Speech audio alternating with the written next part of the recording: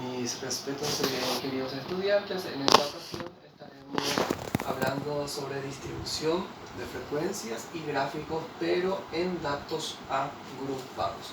Tenemos el siguiente ejemplo. La siguiente tabla es una distribución de frecuencias de datos agrupados de la talla de 100 personales técnicos de una empresa. Algunos elementos a tener en cuenta en los datos agrupados son el límite inferior, representado por LI, límite superior, representado por LS. ¿Cuáles son o qué es límite inferior? Es el número menor de cada intervalo de clase. ¿Qué es un intervalo de clase? Son estos números extremos. El menor, 155, que va a ser mi límite inferior. Y el mayor, que va a ser 160, que va a ser mi límite superior.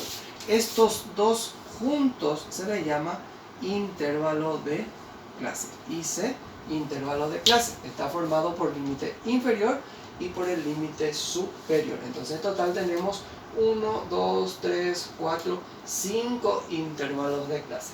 Cada uno tiene su límite inferior y también tiene su límite superior. Tenemos que tener en cuenta que a partir de ello el siguiente elemento es tamaño o anchura. ¿Cómo se halla tamaño o anchura? Diferencia entre límite superior y límite inferior. Supongamos que elija el primer intervalo de clase. ¿Cuánto es mi límite superior en este intervalo de clase? Es 160.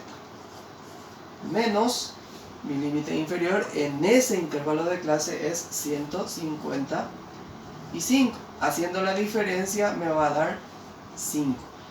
Utilizando cualquier intervalo de clase de estos 5, el resultado siempre me va a dar 5. O sea, restando el 165 de 160 me va a dar 5. 170 menos 165 también 5. 175 menos 170, 5. Y 180 menos 175 también me va a dar 5. Entonces siempre va a ser el mismo resultado utilizando cualquiera de los intervalos de clase. El siguiente elemento es el rango. ¿Cómo se halla rango? Tengo que tener en cuenta el dato mayor menos el dato menor.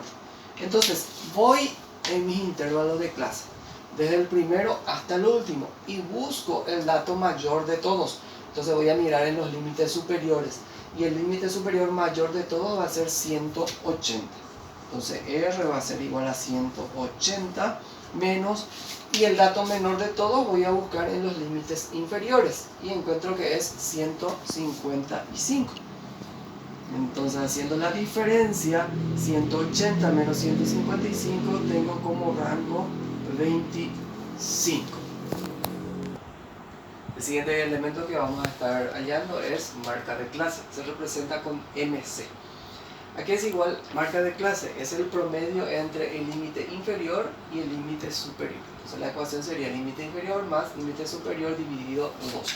La primera marca de clase va a ser igual, límite inferior el primero a 155 más superior es 160, y esto va a ser dividido 2. En la calculadora, ustedes si hacen en forma directa no les va a dar resultado, siempre tienen que sumar primeramente. Entonces va a ser 155 más 160, el resultado es 315.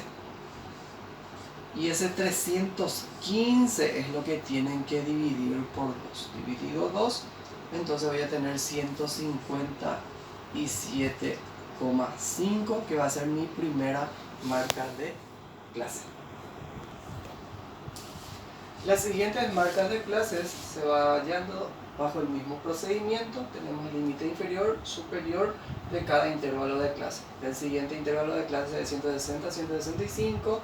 Luego tenemos 165 a 170, 170 más 175 y por último 175 más 180. Tiene que coincidir por cada intervalo de clase. Siempre se suma primero y luego se va dividiendo. Entonces va a ser 325 dividido 2, 162,5. 335 dividido 2, 167,5. 345 dividido 2, 172,5, y 355 dividido 2, 177,5. voy añadiendo y paso acá los resultados en donde me dice marca de clase. Marca de clase no tiene total, entonces no hay necesidad de hallar. Sí necesito hallar el total de las frecuencias absolutas. Entonces voy a sumar 9 más 14, que voy a tener acá 23, más 27 que va a ser 50, más 35 que va a ser 85 y más 15 que va a ser 100. El número total de frecuencia absoluta es 100 y tiene que coincidir con lo que estoy estudiando.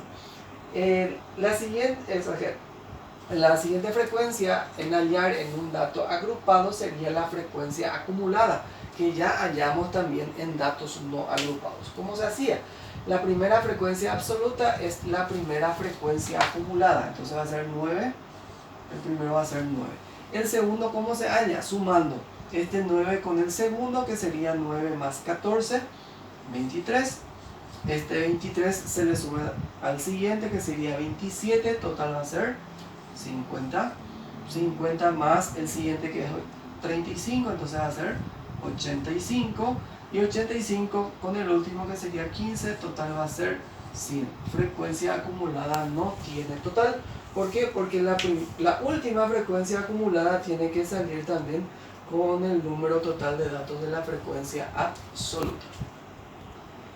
Los gráficos que utilizan los datos agrupados, en este caso son las siguientes. No vamos a tener en cuenta el procedimiento de cómo se elabora, solamente les quiero mencionar.